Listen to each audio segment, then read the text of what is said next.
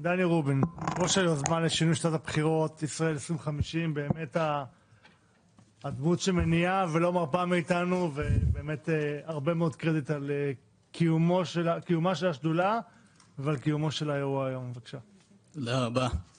אני אתחיל בזה שהמעמד מאוד מאוד מרגש אותי, אז תסלחו לי אם הקול שלי ירד.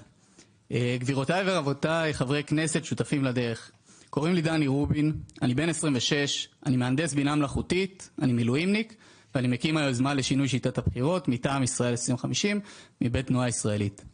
כשהקמנו את היוזמה לפני כשנתיים, היא לא התחילה מאיזושהי אסטרטגיה סדורה. היא התחילה מכאב. כאב על הקרע שהלך והעמיק בחברה הישראלית, כאב על המלחמה ועל המחיר שהיא גבתה מכולנו, כאב על הכיתוב וההקצנה, ועל התחושה שאנחנו הולכים ומתרחקים במקום להתקרב. ישבנו כמה חברים, מילואימניקים, סטודנטים, צעירים שמצביעים לכל הקשת הפוליטית, וכולנו הרגשנו את זה. ואז שאלנו שאלה פשוטה, איך יכול להיות שכולנו מרגישים שלא רואים אותנו, שלא באמת מייצגים אותנו? התשובה שהגענו אליה הייתה ברורה, הבעיה היא לא בדעות, היא גם לא בפוליטיקאים, הבעיה היא בכללי המשחק.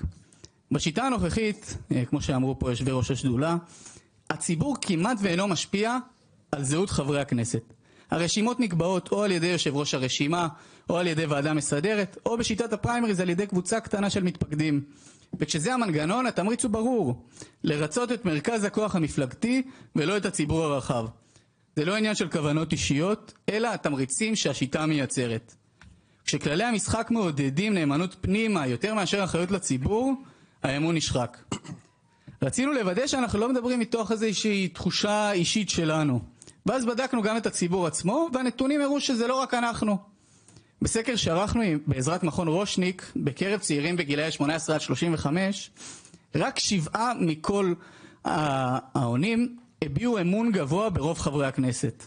רק 9% מאמינים שחברי הכנסת פועלים לטובת האינטרס שלהם, ורק 19% חושבים שבשיטה הנוכחית חברי הכנסת מייצגים אותם. הנתונים מספרים סיפור ברור, וזה לא שיחה של מחנות או מפלגות. האמון של הדור שלנו פשוט נשחק. לבסוף שאלנו, מה דעתך על האפשרות להצביע למפלגה כמו היום, אבל גם לסמן מועמדים שאתה מעריך בתוך הרשימה? 73% אמרו שהם בעד. כמעט 3 מכל 4 צעירים רוצה להשפיע. וזה בדיוק היתרון של הפתק החצי פתוח. השיטה היא פשוטה. המפלגות מרכיבות את הרשימה בדיוק כמו היום. הציבור מצביע למפלגה בדיוק כמו היום. אבל מי שירצה יוכל לסמן מועמדים שהוא רוצה לקדם. אחרי ספירת הקולות, מועמדים שיזכו לתמיכה אישית משמעותית יקודמו ברשימה. כך בעצם המפלגות ממשיכות להרכיב את הרשימה, אבל הציבור הוא זה שמשפיע על הסדר הסופי שלה. ואנחנו לא המצאנו כאן כלום. המודל שאנחנו מציעים כבר מיושם בלמעלה מ-80% ממדינות ה-OECD שדומות לישראל. אנחנו רק מגיירים שיטה שעובדת במרבית הדמוקרטיות המפותחות בעולם. סקירות השוואתיות, כולל של מרכז המחקר והמידע של הכנסת, הממ"מ, מראות שכאשר לבוחר יש השפעה על זהות הנבחרים, האחריות האישית של נבחרי הציבור מתחזקת, השקיפות גדלה, והקשר בין הציבור לנציגיו מתהדק. במהלך השנתיים האחרונות פגשנו עשרות ארגוני חברה אזרחית. חלק גדול מהם יושבים כאן באולם. פגשנו גם עשרות חברי כנסת ושרים מכל קצוות המערכת הפוליטית. שמענו מגוון דעות, אבל שוב על שוב עלתה אותה תובנה. השיטה הקיימת דורשת תיקון.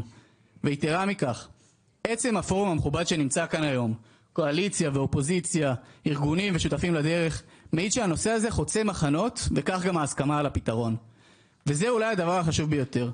פתק חצי פתוח הוא לא מהלך של צד אחד. זה שינוי מבני שמחזק את הדמוקרטיה הישראלית כולה. שמחזק את הקשר הבסיסי בינינו האזרחים למי שמייצג אותנו. כשיצאנו לדרך, לא ידענו לאן זה יגיע. התחלנו כמה חברים סביב שולחן. היום אנחנו צוות של 10 אנשים מדהימים, מקצועיים ומסורים. כולנו מתנדבים, אין לנו תקציבי עתק. אנחנו משלמים מכיסנו על הרכבת לירושלים, על הקפה בפגישות, על כל דיון כאן בכנסת. וכל זה נעשה מתוך אהבה למדינה ומתוך אמונה שהשינוי הזה חשוב. בהזדמנות הזו אני רוצה להודות לארגון ישראל 2050 שיודע להגיע צעירים מלאי יכולת שפועלים לתקן את המציאות שלנו מתוך תחושת שליחות אמיתית. זו הוכחה למה שקורה כשצעירים מקבלים מקום להשפיע. לסיכום ברשותכם, פתק חצי פתוח לא פותר הכל, אבל הוא מתקן את נקודת המוצא. הוא הוא מחזיר את האחריות למקום שבו היא צריכה להיות, כלפי הבוחרים. הוא מחזק את המפלגות, הוא מחזק את הכנסת, והוא מחזק את הדמוקרטיה. ובעיקר, הוא פותח פתח לתיקון מבני בשיטה הדמוקרטית שלנו. ואם הבעיה היא בכללי המשחק, הגיע הזמן לפעול יחד כדי לתקן אותם. אני רוצה להודות לכל מי שהגיע לכאן היום. ליושבי ראש השדולה, איתן גינזבורג, אלי דלל ואוהד טל, לחברי הכנסת מהקואליציה ומהאופוזיציה, לארגונים, לשותפים ולצוות שלי. ולכל מי שבחר להיות חלק מהשיח הזה. עצם הנוכחות שלנו כאן היא אמירה שהדמוקרטיה הישראלית שווה תיקון. ואם כמעט 3 מכל 4 צעירים אומרים כן לשינוי, הגיע הזמן שכולנו נגיד כן. תודה רבה. תודה רבה דני. פרופסור עופר קנינג.